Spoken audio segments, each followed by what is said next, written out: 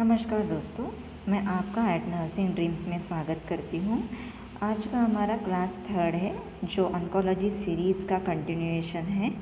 तो चलिए आइए देखते हैं आज के क्लास का टॉपिक कौन सा है। आज के क्लास का टॉपिक है TNM क्लासिफिकेशन ऑफ कैंसर।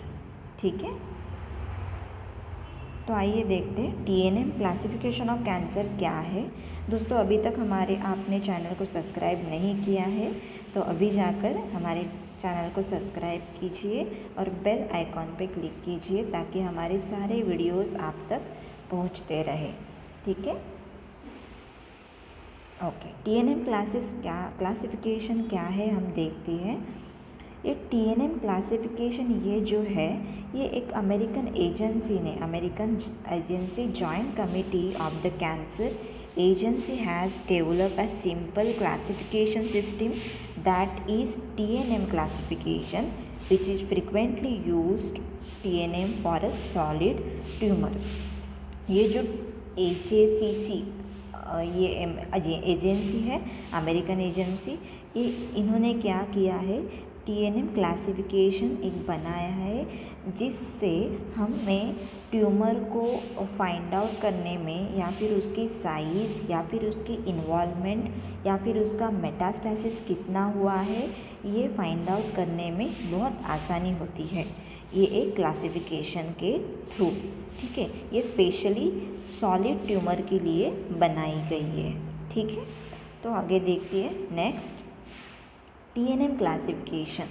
अभी TNM इसका क्या मतलब है? T का मतलब है tumour size. It refers to the extent primary tumour. Tumour का साइज इससे पता चलता है T सेंटेंस से। ये क्या है हम आगे देखेंगे। ठीक है, N से क्या रिप्रेजेंट होता है, लिम्फ नोड में कितनी इन्वॉल्वमेंट हो चुकी है उस ट्यूमर की, ये N से रिप्रेजेंट होता है। ठीक है, देन M का मतलब है represent extent of metastasis is represented by letter M। जो मेटास्टासिस कितना है कैंसर का या ट्यूमर का, स्प्रेडिंग कितना हुआ है, ये M से रिप्रेजेंट होता है। ठीक है, मतलब cancer has spread from the primary tumour to other part of the body. एक जगह से दूसरे बॉडी पार्ट में कितना स्प्रेडिंग उसका हो चुका है। ठीक है, नेक्स्ट अभी T का हम देखते हैं क्लासिफिकेशन। इसमें 4 टाइप का आता है, TX, T0, TS and T1 to 4। अब ये TX क्या है देखते हैं। Primary tumour can not be असिस। अगर कहाँ पे लिखा है TX का मतलब होता है primary tumour can not B assist, मतलब प्राइमरी ट्यूमर नहीं है या फिर प्राइमरी साइड में ट्यूमर का सेल है और नहीं भी है तो हम उसको असिस्ट नहीं कर पा रहे हैं क्योंकि वो असिस्ट नहीं हो रहा है, इसका मतलब है। देन T0 का मतलब क्या है, no evidence of tumour. Tumour का कोई एविडेंस नहीं है, फाइंड आउट हुआ है लेकिन ट्यूमर का एविडेंस कोई मिला नहीं है, उसका साइज़ का ग्रोथ कुछ भी नहीं हुआ है, उसका साइज कुछ भी इंक्रीज ही नहीं हुआ है, तो यहाँ पे T0 का मतलब है no evidence of tumour.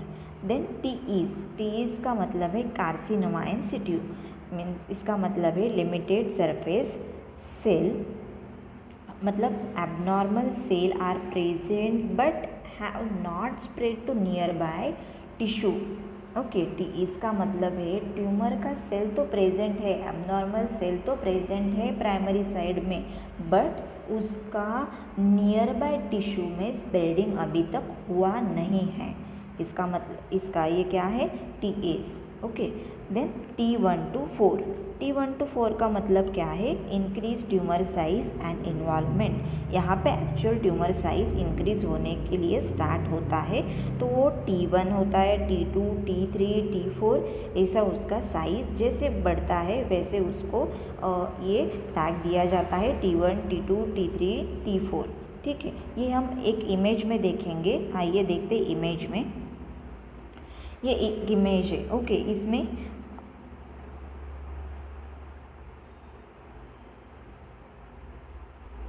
Okay, ये इमेज में देखते हैं T1 का ट्यूमर का जो साइज़ है, पहला वाला T1 वो कितना है, छोटा है, राइट। उसके बाद में T2 का साइज़ दिया है, देखिए ये T2 का साइज़ उससे थोड़ा बड़ा है, तो इससे साइज़ डिसाइड होता है, साइज़ के उसके ऊपर वो टैग दिया जाता है T1 या T2।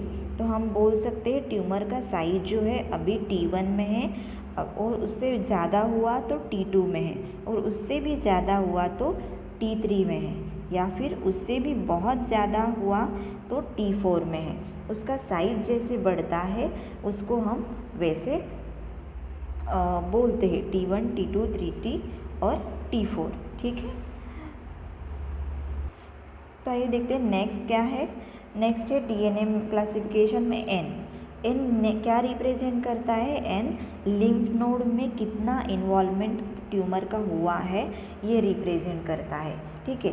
तो एन का मतलब प्रेजेंस और absence of lymph node involvement में लिम्फ नोड का ट्यूमर का इन्वॉल्वमेंट है लिम्फ नोड में या फिर नहीं है, ओके, ये एन से पता चलता है। तो NX का मतलब क्या होता है, regional lymph node involvement can not B assist. NX का मतलब है ट्यूमर का किधर भी लिम्फ नोड में इन्वॉल्वमेंट नहीं हुआ है अभी तक, इसका मतलब क्या होता है NX। N0 का मतलब होता है no lymph node involvement, lymph node का किधर भी सेम ही है, लिम्फ नोड का किधर भी इन्वॉल्वमेंट अभी तक हुआ नहीं है, ठीक है। नेक्स्ट है N1 to 4, इसका भी इमेज मैं आपको दिखा दूंगी तो पता चलेगा।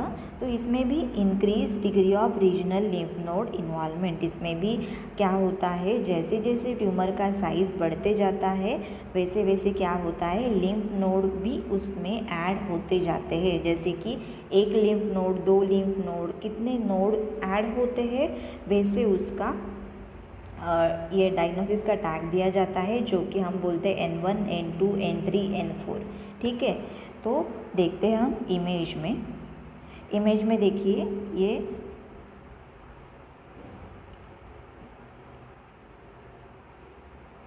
इमेज में देखिए ये ट्यूमर है, राइट, जो हमने पहले देखा है।